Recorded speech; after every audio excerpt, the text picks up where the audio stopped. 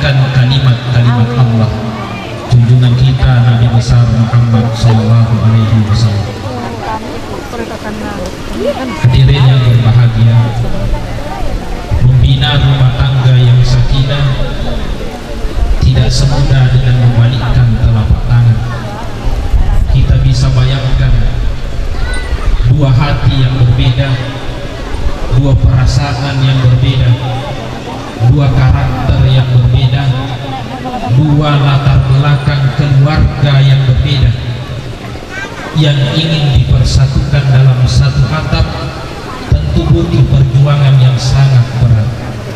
Tapi saya ingatkan kepada kedua mempelai ini bahwa sepanjang kita berpegang teguh kepada petunjuk-petunjuk agama, laki-laki berpegang teguh kepada petunjuk agama, perempuan juga seperti itu, insya Allah. Oleh karena itu, pada kesempatan ini saya diberikan amanah untuk menyampaikan sedikit di antara tuntunan agama kita, bagaimana kehidupan berumah tangga yang baik yang bisa diridhai oleh Allah Subhanahu wa Ta'ala. Yang pertama, saya ingatkan untuk pengantin laki-laki. Dalam Al-Quran jelas ayat sering kita dengar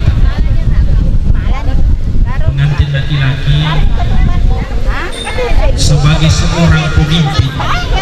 Tentunya setiap pemimpin akan diminta pertanggungjawaban mengenai yang dipimpinnya.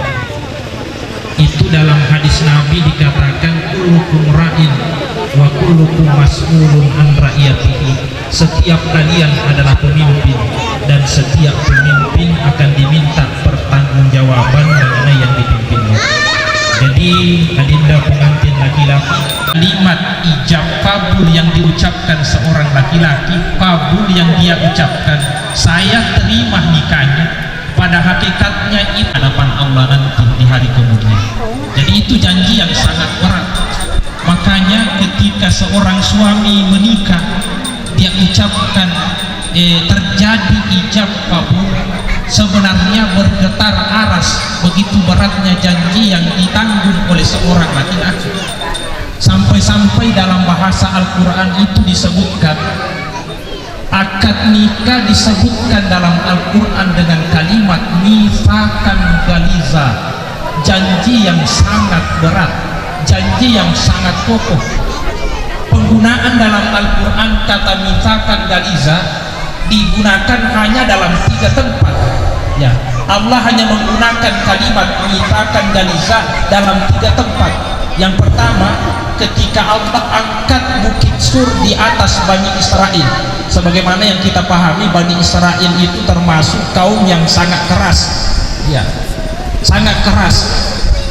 Makanya Allah memaksa dia dengan mengangkat bukit Sur, dipaksa berjanji untuk mentaati Allah. Janji ini dimisalkan galiza dalam Al-Quran ketika Allah berjanji dengan 5 nabi ulul asmi. 5 nabi pilihan ini Allah berjanji dengan 5 nabi ini, janjinya juga disebut misalkan galiza, janji yang sangat kokoh, janji yang sangat berat.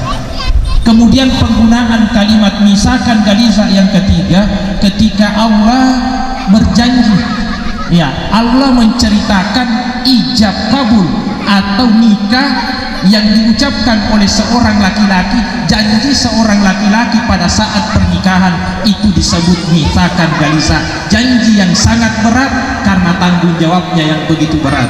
Makanya ini yang saya pesankan kepada pengantin laki-laki, mulai hari ini Allah akan meminta pertanggungjawaban kita tentang istri kita diproses, ya tentunya kita dulu akan diminta pertanggungjawaban oleh Allah Subhanahu wa Ta'ala. Itu satu yang saya pesankan untuk pengantin laki-laki.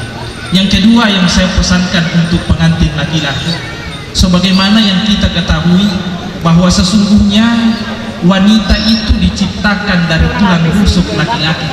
Bahkan ada hadis Nabi mengatakan, istausu bin nisaikum fa innahunna khuliqna min bintin. Saling mengingatkanlah kalian mengenai perempuan. Kenapa Nabi mengingatkan fa innahunna khuliqna min bintin? Sesungguhnya perempuan diciptakan dari tulang rusuk yang paling bengkok. Itu falsafahnya perempuan. Ini perlu dipahami laki-laki. apalagi sebagai seorang pemimpin. Falsafahnya adalah tulang rusuk dan bengkok. Yang pertama, kenapa tulang rusuk yang bengkok? Artinya memimpin perempuan itu sangat berat. Sampai Nabi mengingatkan, saya ingatkan kepada kalian tentang istri-istri kalian, wanita-wanita kalian. Dia diciptakan dari tulang rusuk yang paling bengkok. Kalau dipaksa untuk diluruskan bisa paham, tapi kapan tidak diluruskan akan seterusnya menjadi bengkok. Itulah falsafahnya perempuan. Jadi memimpin perempuan sangat berat. Memimpin perempuan sangat berat. Sampai begitu beratnya memimpin perempuan, ada dua nabi yang gagal mengislamkan istrinya. Nabi Nuh istrinya kafir. Jadi dua nabi gagal mengislamkan istrinya. Tetapi pengantin laki-laki tidak usah khawatir. Kita tahu Nabi Muhammad itu banyak istrinya. Sampai-sampai orientalis ada yang mengecam Nabi Muhammad sebagai hiperseks. Kenapa dikatakan hiperseks? Katanya banyak istrinya. Tapi kalau kita menganalisa, Nabi Muhammad tidak pernah menikah dengan dorongan hawa nafsu. Kita bisa melihat istri pertama Nabi Muhammad, Khadijah, dinikahi pada usianya 40 tahun, sementara Muhammad 22 tahun yang masih muda. Itu satu. Istri keduanya Nabi Muhammad setelah Khadijah meninggal dunia, dia memperistri seorang perempuan namanya Aisyah. Ini satu-satunya istri Nabi yang dinikahi dalam kondisi gadis, tetap dia nikahi dalam umur 6 tahun. Dia hidup serumah pada umur 9 tahun. Ya, kalau motivasinya adalah motivasi seks atau motivasi nafsu, tidak mungkin Nabi Muhammad menikahi gadis kecil yang tentunya bukan motivasi nafsu. Dia nikahi Aisyah. Itu yang kedua. Istri ketiga, keempat, semuanya janda-janda tua yang rata-rata umur 60-an sudah menopause, sudah tidak aktif lagi. Kita lihat Nabi Muhammad itu sebenarnya menikah.